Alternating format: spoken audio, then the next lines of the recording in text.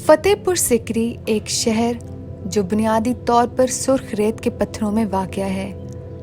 آگرہ سے 37 کلومیٹر کے فاصلے پر یہ شہر، جسے مغل بادشاہ جلال الدین محمد اکبر نے عظیم صوفی بزرگ شیخ سلیم چشتی کے اعزاز میں تعمیر کیا تھا۔ اس کی عظمت اور انفرادیت شہنشاہ کے فن تعمیر کی عمدہ مثال پیش کرتی ہے۔ اکبر کے روادار مذہبی خیالات اور ادب، فن تعمیر اور فنون لطیفہ میں دلچسپی نے فتح پور سکری کی عمارتوں کو ان کے انداز اور ڈیزائن میں اسلامی اور ہندو عناصر کا کرشماتی امتزاج بخشا ہے۔ فتح پور سکری میں غروب آفتاب اور طلوع آفتاب کے وقت برج اور گنبد تانبے کے سرخ آسمان کے خلاف سائے اور سلوٹ بناتے ہیں، جو واقعی ایک مصور کے کینواس یا دیکھنے والوں کی آنکھوں کے لیے ایک متاثر کن منظر ہے۔ فتح پور سکری 11 کلومیٹر طویل قلعہ بندی کی دیوار سے گھرا ہوا ہے، جس میں متعدد گیٹ ویز ہیں۔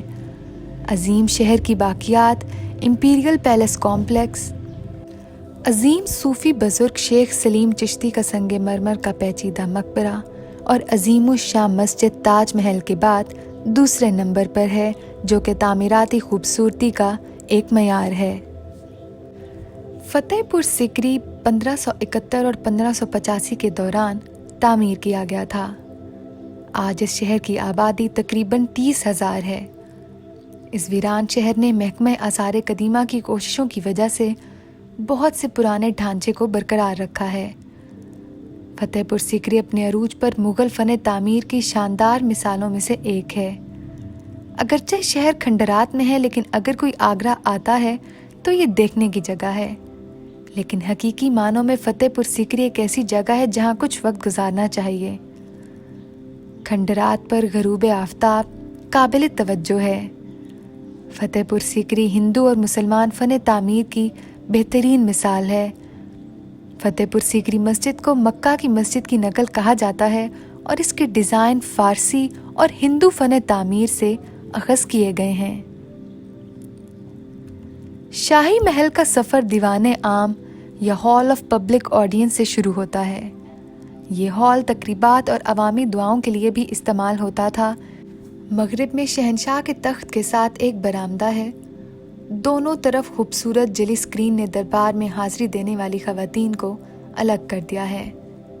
دیوان خاص یا ہال نمبر 1 دائیں طرف ایک بظاہر نظر آنے والی 2 منزلہ عمارت ہے، جس میں کونے کے کھوکھے ہیں، جسے دیوان خانہ آف پرائیویٹ آڈینس کہا جاتا ہے۔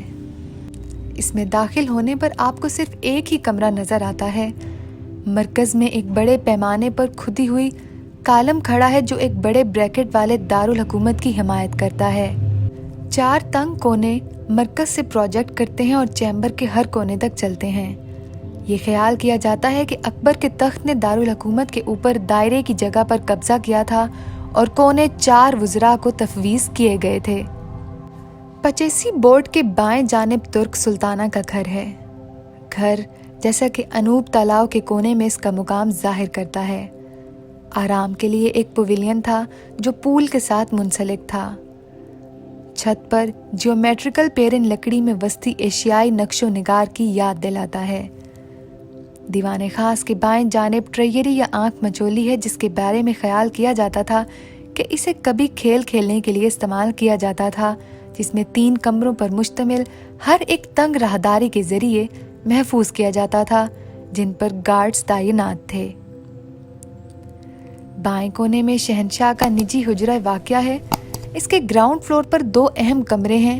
ایک میں اکبر کی لائبریری تھی، جبکہ بڑا کمرہ ان کی آرام گاہ تھی۔ پہلی منزل پر خوابگاہ یا بیڈ روم ہے۔ یہ ترک سلطانہ کے گھر، پنچ محل مریم کے گھر اور جودھا بائی کے محل سے راہداریوں کے ذریعے منسلک تھا۔ سنہرا مکن کے بائیں جانب شاہی محل کی سب سے بڑی اور اہم عمارت ہے، جس کا نام اکبر کی راجپوت بیوی جودھا بائی کے نام پر رکھا گیا ہے۔ اس وسیع و عریض محل کو اونچی دیواروں اور مشرق میں 9 میر کے محافظ گیٹ کے ذریعے رازداری اور تحفظ کی یقین دہانی کرائی گئی تھی۔ فن تعمیر ہندو کالموں اور مسلم کپولا کے ساتھ طرزوں کا مرکب ہے۔